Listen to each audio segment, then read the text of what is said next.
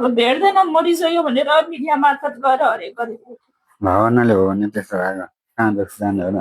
यसै पोलिसन हुन्छ नि म कहाँदेखिबाट आएको टिकालादेखि आएको खोजी गर्नु भनेर कहाँबाट आइस हजुरसँग म त इन्डियादेखिबाट आएको नि त खोजी हेर्छ गर्न त तपाईँले यसरी हिँड्दा यतिकै हिँड्दै तपाईँलाई परि आयो सबै भने हेर्ने मैले भावना भयो कुनै भने कसैले मैले भावना हेर्दा त्यसरी हिँड्न पनि जरुरी छैन नि घरमा बाबाले हेर्छ यस्तो भयो उस्तो भयो भन्यो भने घरमा बाबा रोएर उ गरेर छैन अब मेरो भाइ छैन मरिसक्यो बाँचे गर्नु पर्दैन भन्ने चाहिँ राति पनि सुत्दैन उ गर्दैन भाइ कि दाइ दाइ दाइ है किन त्यसरी हिँड्नु भयो हजुर घरबाट हिँड्ने हिँड्ने कुन चाहिँले भावनालाई चाहिँ के पनि यता उति बस्ने आफै त्यसो भावनालाई अहिले त हजुरलाई ठिक छ नि अहिले ठिक छ नि सामाजिक सञ्जालको सहयोगले आज उहाँको परिवार भेटिनु भएको छ हामी परिवारसँग मिलन गराउँदैछौँ जाउँ को आउनु भएको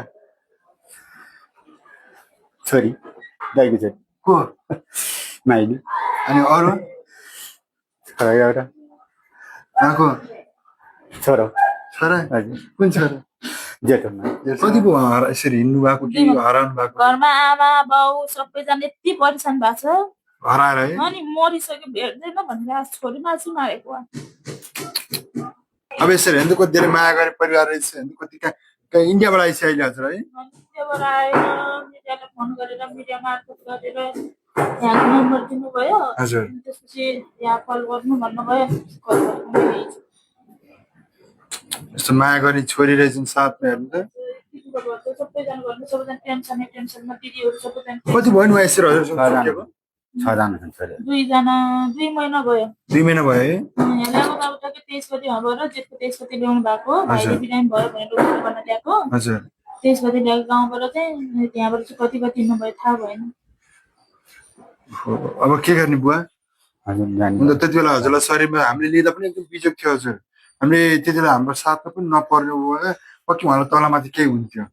हामी कहाँ आउनुभयो उपचार भयो त्यसले गर्दा एकदमै राम्रो अहिले त हिजो पछि बिस्तारै बताइसकेपछि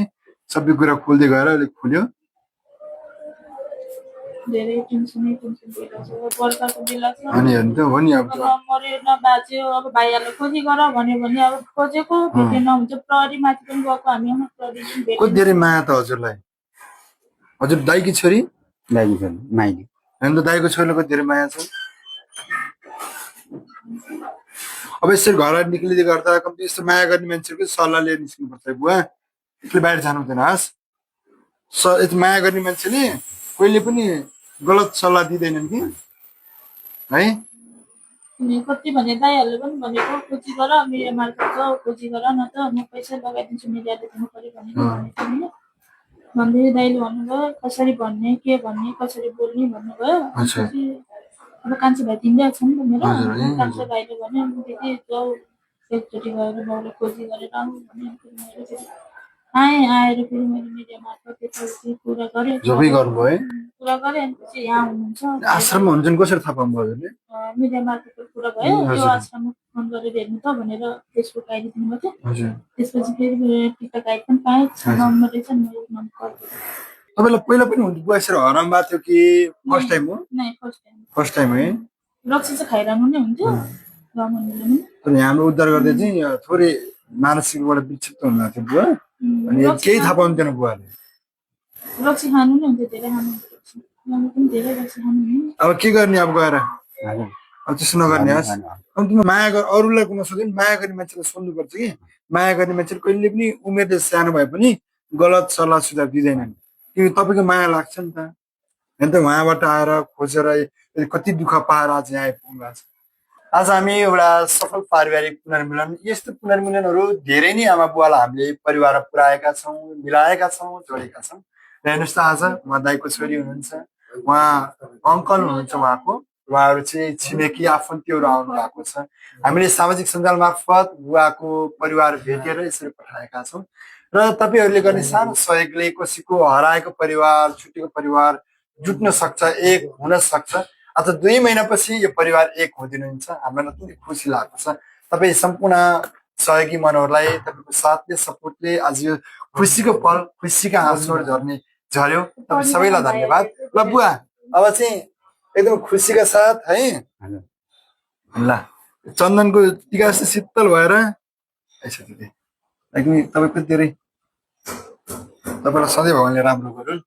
राम्रो हुन्छ ल। बुवाको ख्याल गर्नु है हजुर। सबै कुरा पैसाले किन्न मिल्छ पाइन्छ होइन, तर बाबुआमा भनेको बुवाआमा हुन् ल एकदमै। फेरि त्यो पहिलाको अवस्थामा चाहिँ आउनु भएन, त्यस्तो गाह्रो भयो त्यस्तो केही भयो। छोरी यस्तो माया गर्ने छोरी हुनुहुन्छ, हात पाखुरा बलिलै छन्, त्यस्तो अरू केही रोग छैन उहाँलाई।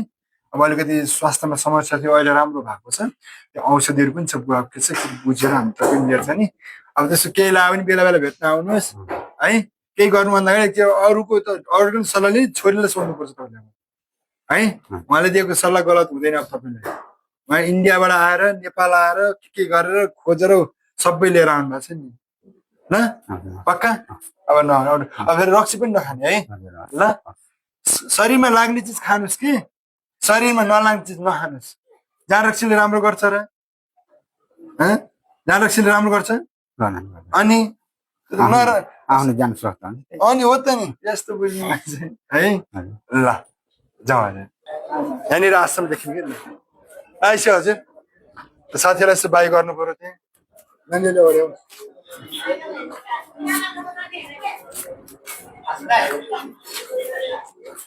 देख्न पर्छ है। हस् आवाज एकदम आनन्दले खुसीका साथ साथीहरू बाई नगर्ने त अब राम्रोसँग बस्नु ल।